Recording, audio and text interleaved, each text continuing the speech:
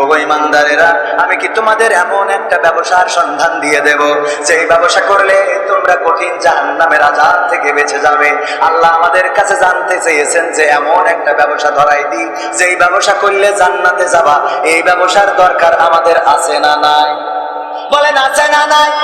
কার কার এই ব্যবসার দরকার? হাত উঁচু করেন যে জান্নাতে যাবেন। লিল্লাহি তাকবীর, নারায়ে তাকবীর। আল কোরআনের আলো, আল হাদিসের আলো, আমার নেতা তোমার নেতা। ও আমার ভাইরা, যদি জান্নাতে যেতে চান, যদি জাহান্নামের আযাব থেকে বাঁচতে চান, আল্লাহ বলল ব্যবসা ধরাই দিই। আমরা তো ব্যবসাটা খুব পছন্দ করি। আমি ওয়াজ করি, এত টাকা পা। আবার এই শিমুলিয়ায় আমার একটা এজেন্ট ব্যাংক আছে না নাই? চেনেন তো আপনারা? ইসলামী ব্যাংক। যদিও আমার খুব বেশি আশা পড়ে না, সময় পাই একটু কম। আমাদের ছেলেরা ব্যাংকটা দেখাশোনা করে, মাঝে মাঝে আসি স্বাক্ষর করার জন্য। কিছু ফাইল জমা হয়ে থাকে আমার জন্য। ও আমার ভাইয়েরা, এই ব্যাংকটা ব্যবসার জন্য নিয়েছি, অর্থের জন্য নিয়েছি। ওয়াজ করি, ব্যবসা করি, আবার আকিজ কলেজে চাকরি করি। এরপরে আবার নিজেও একটা মাদ্রাসা করেছি। তারপরেও টাকা আগায় না। এই জন্য এখন আবার মধু বিক্রি করি, তেল বিক্রি করি, চিয়া সিড বিক্রি করি, সিডমিক্স বিক্রি করি, ঘি বিক্রি করি। অনলাইনে আছে না নাই? মানে ব্যবসা দেখেন কয়টা খুলে বলে আরো তো বল। এই ব্যবসা কেমন পছন্দ করি, আল্লাহ দিল্লি। হ্যাঁ, শুধু ব্যবসার জন্য তার ব্যবসা না, কিছু খেদমতের জন্য ব্যবসা। কিসের জন্য? একটা হাসপাতাল করবো ছোট করে, ইনশা, যেন অত্র অঞ্চলে অবহেলিত যারা সুবিধা বঞ্চিত সেই মানুষগুলো যেন সেবা পায়, তার জন্য একটা হাসপাতালের পরিকল্পনা চলছে। আল্লাহ যেন কবুল করেন, বলেন আমি। ইনশাআল্লাহ হয়ে যাবে। ওয়াজ করি যে টাকা পাই, কোনে রাখবো? এগুলো করার দরকার আছে না নেই? মাদ্রাসা করে দিয়েছি গত বছর 1000 টাকা দিয়ে, আর এইবার কিছু টাকা দিয়ে আলহামদুলিল্লাহ মাদ্রাসা কমপ্লিট। গত বছর করেছি, গত বছর মানে এই 2025-এর শুরু করেছি 200 ছাত্রছাত্রী। চিন্তা করতে পারেন এ দেয়ার মালিককে? আমি চিন্তা করছিলাম 50 জন হয় কিনা। 200 আমার যারা সহযোগী আছে তারা জানে যে প্রতিদিন আমরা ফেরত দিই, প্রায় প্রতি সপ্তাহে আসে যে বাচ্চা ভর্তি করবে। আমাদের ক্যাপাসিটি নেই। বললাম যে মাপ চাই, আপনারা জানুয়ারিতে আসেন ইনশাআল্লাহ। আমার উস্তাদ মাহবুবুর রহমান আছে সামনে, উনিও জানেন প্রতিনিয়ত অভিভাবকরা জোর করে এসে বাচ্চা নিয়ে ক্লাসে বসে থাকে। কয় ভর্তি নেন আর না নেন, বসে থাকবে। এই বছর আশা করছি যে 400+ হয়ে যাবে ছাত্রছাত্রী এবং পড়ার মান। আলহামদুলিল্লাহ, আপনার ছেলে জেনারেল পড়বে কিন্তু ক্লাস 8-এর মধ্যে ও কোরআনের 30 নম্বর পারাটা মুখস্থ করে ফেলবে। শুধু তাই না, ও এসএসসি পাস করবে, আইএ পাস করবে, অনার্স করবে, মাস্টার্স করবে, গ্রামে আসবে, জুমার মসজিদের খুতবা দেবে। হ্যাঁ, এমন স্কলার তৈরি করবো। খালি মনে করেন মাওলানা হইলেই নামাজ পড়াইতে পারে, হুজুর না হইলে পারে না। হুজুর বাদেও নামাজ পড়াই দেখাই দেবে যে ওরা কিরাম পারে। আমার থেকে বড় বড় হুজুর হবে, ওয়াজ করবে, তা আমি সামনে বসে শুনবো খালি। আর আমার একটাই উদ্দেশ্য, যদি পরকালের ময়দানে কোনো একজন ছাত্র বলে আল্লাহ আমি কবির বিন সাওয়াদের প্রতিষ্ঠিত মাদ্রাসায় পড়তাম, আল্লাহ তুমি আমার জাহান্নামে নিও না, ওর একটু ক্ষমা করে দাও, আমার এইটাই শান্তি। এর বাইরে আর কিছু নেই। পরকালে যদি একজন দাঁড়াই বলে আল্লাহ জেনে নিয়ে যাচ্ছে, আল্লাহ ও তো আমাদের হুজুর ছিল, ও তো জীবনে পাপ করেছে, বুঝতে পারিছি, আল্লাহ ক্ষমা করে দাও, আমি ওই হুজুর মাদ্রাসার ছাত্র ছিলাম, এইটাও আল্লাহ রাব্বুল আলামিন এতটুকুতে জাহান্নামের আগুনটা মাফ করে দিতে পারে। বলেন সুবহানাল্লাহ। কোন আমলে আল্লাহ মাফ করবেন, কোন আমলে আল্লাহ ক্ষমা করবেন আমরা কেউ জানি? বুখারী শরীফের হাদিস, সময় নেই, ওইটা আরেকদিন এসে শোনাবানে, আর যদি সুযোগ পাই বলবো, শুনবেন। একটা সুন্দর হাদিস আছে যেটা আপনার জান্নাতে যাওয়ার। চরমনায়ের পীর সাহেব মরহুম রাহিমাহুল্লাহ খুব সুন্দর একটা কথা বলতো, ও আল্লাহর বান্দারা, তোমরা হতাশ হয়ো না, নিরাশ হয়ো না। যদি এমন হয় পরকালের ময়দানে সমস্ত মানুষ জান্নাতি হয়ে গেছে, একজন মাত্র জাহান্নামী, তাহলে তুমি যেন মনে করো না ওই একজন তুমি হইতে পারো না। এটা মনে রাখবা না, মাথায় রাখবা, সব মানুষ যদি জান্নাতি হয়ে যায়, তুমি একজন যদি জাহান্নামী হয়, সেই একজন আল্লাহর বান্দা তুমিও হয়ে যেতে পারো। আবার যদি সব মানুষ জাহান্নামে যায় আর একজন মানুষকে যদি আল্লাহ জান্নাতে দেয়, তবে তুমি আশা ছাড়বা না। আল্লাহ রাব্বুল আলামিন বলেছেন লা তাকনাতু মির রাহমাতিল্লাহ, আল্লাহর রহমত থেকে নিরাশ হয়ো না, আশা ছাড়বা না আল্লাহর বান্দা। যে সব মানুষ জান্নাতি হয়ে গেল, সব মানুষ জাহান্নামী হয়ে গেল, একজন জান্নাতি, ওই একজন আমি হব না। আল্লাহ যদি চান ওই একজন আল্লাহর বান্দা তুমি হয়ে যেতে পারো। আব্দুল কাদের জিলানী মাঝে মাঝে কান্না করতেন আর বলতেন, ওগো আল্লাহ, তুমি যদি আমার জাহান্নামে দাও, তুমি যদি আমার জাহান্নামে দাও আমি দুঃখ করব না, কিন্তু তুমি যদি আমার জান্নাতে দাও তাও আমার দুঃখ থাকবে।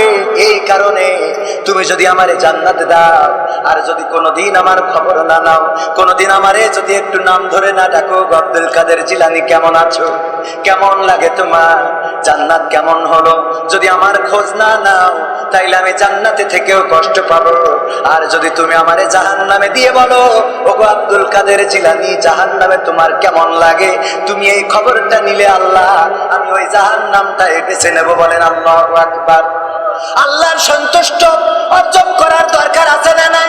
আল্লাহ বললেন ব্যবসা ধরাই দিতে চাই, যেই ব্যবসা তোমার জাহান্নাম থেকে মুক্তি দিবে, তার মানে জান্নাতি বানিয়ে দিবে, সেই ব্যবসাটা তোমরা করতে রাজি আছো কি নাই? আমরা যদি আল্লাহর সাথে সরাসরি কথা বলতে পারতাম তাইলে বলতাম আল্লাহ রাজি, শিগগিরই ব্যবসাটা বলেন। আল্লাহ রাব্বুল আলামিন পরের আয়াতে বললেন, তুমিনুনা বিল্লাহি ওয়া রাসূলিহি ওয়া তুজাহিদুনা ফি সাবিলিল্লাহ বিআমওয়ালিকুম ওয়া আনফুসিকুম যালিকুম খায়রুল লাকুম ইন কুনতুম তা'লামুন। আমার আল্লাহ বলেন, ও নবী, আপনি যারা এই ব্যবসা করতে চায় তাদেরকে জানাই দেন। আল্লাহ কোরআন দিয়ে নবীর মাধ্যমে জানিয়ে দিলেন। আর সেই ব্যবসাটা হলো তুমিনুনা বিল্লাহ, আমি আল্লাহর প্রতি ঈমান আনতে হবে, ওয়া রাসূলিহি, এবং আমার রাসূলের প্রতি ঈমান আনতে হবে, ওয়া তুজাহিদুনা ফি সাবিলিল্লাহ, এবং প্রচেষ্টা করতে হবে আল্লাহর রাস্তায়। কার রাস্তায়?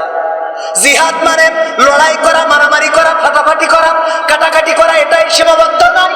জিহাদ শব্দের অর্থ হলো প্রচেষ্টা করা, আল্লাহর রাস্তায় প্রচেষ্টা করা। সেটা হতে পারে মসজিদ নির্মাণ, হতে পারে মাদ্রাসা নির্মাণ, হতে পারে টিউবওয়েল পোতা, হতে পারে মানুষের জন্য গাছ লাগানো। আল্লাহর রাস্তায় এই কাজগুলো করার জন্য আল্লাহ বললেন, যদি আমার রাস্তায় প্রচেষ্টা করতে পারো, বিআমওয়ালিকুম, মাল দিয়ে, ওয়া আনফুসিকুম, এবং জান দিয়ে, তবেই তোমরা সফল কাম হয়ে যাবে। বলেন সুবহানাল্লাহ। সফল কাম করে দিবেন কে? এই ব্যবসা করার দরকার আছে না নাই? বলেন আছে না নাই? গলার আওয়াজ একটু জোরে বলেন, আছে না নাই? হাত উঁচু করে বলেন, আছে না নাই? জোরে হাত উঁচু করেন, টান্ডে, আছে না নাই? হাত উঁচু করেছেন ভাইরা আমার, আমি দেখলাম নাই, দেখেছেন কি? আল্লাহর রাস্তায় যদি ব্যবসা করতে পারে, আল্লাহ রাব্বুল আলামিন আপনাকে ব্যবসায় যদি উত্তীর্ণ করেন, দুনিয়া এবং আখিরাতে কল্যাণ দিতে পারে না? পারে না? বলেন পারে না? পারে না? সবচেয়ে বড় ভাগ্যবান তো সে যে আল্লাহর সাথে ব্যবসা করে। আল্লাহ রাব্বুল আলামিন বলেছেন, ইন্নাল্লাহা আশতারা মিনাল মুমিনিনা আনফুসাহুম ওয়া আমওয়ালাহুম বিআন্না লাহুমুল জান্নাহ। আমার আল্লাহ বলছেন, ওগো আমার বান্দারা, তোমরা শুনে নাও, তোমরা আমার রাস্তায় যদি ব্যবসা করো, তোমাদের মাল দিয়ে আর জান দিয়ে যদি ব্যবসা করতে পারো, বিনিময়ে আমি তোমাদের জান্নাতটা তোমাদের কাছে বিক্রি করে দিই। দলিল করা আছে, স্টাম্প করা আছে। পরকালে এসে বলবা, আল্লাহ আমি টাকা দিলাম, জমি দিলাম, তুমি আমার বেহেশতটা বুঝিয়ে দাও। আল্লাহ রাব্বুল আলামিন বুঝিয়ে দিবেন। বলেন সুবহানাল্লাহ। আল্লাহ বুঝিয়ে দিবেন না? দিবেন না? আল্লাহ কোরআনেই বলে দিয়েছে। কিসে বলে দিয়েছে? শুধু তাই না, আল্লাহ আরো বলেছেন, ওগো আমার বান্দারা, তোমরা ব্যবসা করো, ব্যবসা করো সেই দিন আসার আগে, যেই দিন তোমাদের সাথে আমার আর কোনো লেনদেন চলবে।